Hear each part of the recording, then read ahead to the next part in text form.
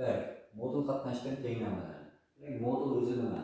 Biror bir sonning moduli, a sonning moduli degani a ning o'ziga teng bo'ladi qachonki agar a 0 dan katta bo'lsa.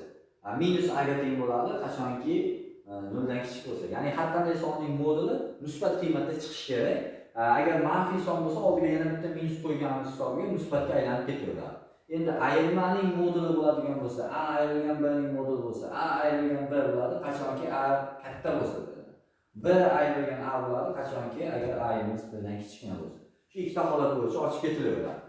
Endi modul qatnashgan tenglamalarning ko'rinish holatlari, bir necha bir holatlar bor, ba'zilari birlarini ko'rib o'tamiz. Birinchi holat fx ning moduli biror bir songa teng bo'lsa. Agar o'sha sonimiz manfiy son bo'ladigan bo'lsa, joyida to'xtatamiz, bo'sh to'plam deb ishlaymiz. Agar 0 ga teng bo'lsa, oddiy 0 ga tenglamani ishlab qo'yaveramiz. Agar bu musbat bo'lsa, ya'ni 0 dan katta bo'ladigan bo'lsa, buni ikkita holatga ajratib ishlaysiz. Bir marta fx ni a ni o'ziga tenglaysiz, bir marta fx ni minus a ga tenglaysiz. Keyin shu ikkita tenglamani ishlaysiz, ikkalasini ishlaganingizda javoblar chiqadi. Chiqqan javoblar mana bu modul tenglamaning yechimlari hisoblanadi. Ikkinchi holat fx ning moduli boshqa bir gx funksiyaning yoki ko'p xatning moduliga teng bo'lib qoldi. Ikkita ko'p xat bir-biriga modul jihatdan teng bo'lib qolsa, yuqoridagi holatga o'xshab bir marta fx ni plus gx ga tenglaysiz, bir marta minus gx ga tenglab, ikkita tenglamani ishlaysiz. Uchinchi holat biror bir fx ning moduli ikkinchi bir fx ning modullar yig'indisi yoki ayirmasi biror bir a songa teng bo'lib qoldi. Bunday holatlar tenglamalarda har birini nollarini topib olib, oralıqlarga bo'lib olish kerak bo'ladi. Misol uchun buniki x1 chiqdi yechimi, buniki x2 yechim chiqdi. Son o'qida ikkita son butun bir o'qni 2-3 bo'lakka bo'lib beradi. Ikkita o'q. x1, x2 qilib ajratib olsak-da, mana bunday qilib birinchi mana bu oraliq uchun bir marta ishlaysiz, ya'ni bu oraliqdan birorta bir son berib ko'rasiz. Shu oraliqda fximiz musbat ochiladimi, musbat manfiy ochiladimi? Manfiy ochiladigimizda manfiylikda, buni ham manfiy bo'lsa manfiylikda qilib ochib tenglama ishlaysiz. Topgan yechimingiz shu oraliqqa tegishli bo'lsa olasiz, bo'lmasa olmaysiz. Ikkinchi holat, mana bu oraliqdan biror bir son tanlaysiz, olib qo'yib ko'rasiz. Agar musbat bo'ladigan bo'lsa, musbatlikda manfiy chiqadigan bo'lsa, manfiylikda ochib yana tenglama ishlaysiz. Tenglama ishlaganingizdan keyin chiqqan yechim shu oraliqqa tegishli bo'lsa olasiz, bo'lmasa olmaysiz. Keyingisi uchinchi oraliqdan ham birorta bir son tanlab, olib kelib qo'yib ko'rasiz va har bir tenglama musbatlikda yoki manfiylikda moduldan chiqarib olib ishlaysiz. Tenglamani yechimini topganingizdan keyin topilgan yechim bu oraliqqa tegishli bo'lsa olasiz, bo'lmasa tashlaysiz. To'rtinchi holat modul ichida modul bo'lib qoladi. Ya'ni a o'rnida biror bir yana gx ham kelishi mumkin. Plus fx ning moduli. Modul ichida modul bo'lsa, eng ichkaridan boshlab ochiladi. Biror bir songa teng bo'ladigan bo'lsa,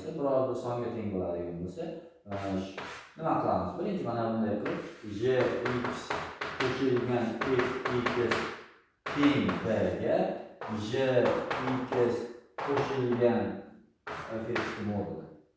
Fx ning moduli teng qandaydir minus b ga teng qilamiz va undan keyin xuddi shu holatda gx ga o'tkazdirib yuboramiz. Fx ning moduli teng b ayrilgan gx.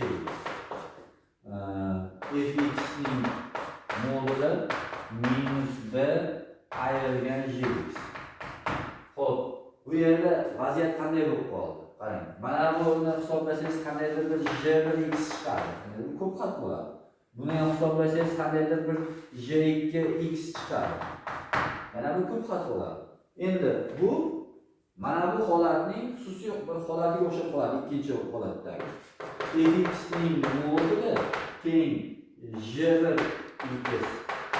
Bu yerda buni yana ikkiga ajratib olish mumkin bo'ladi.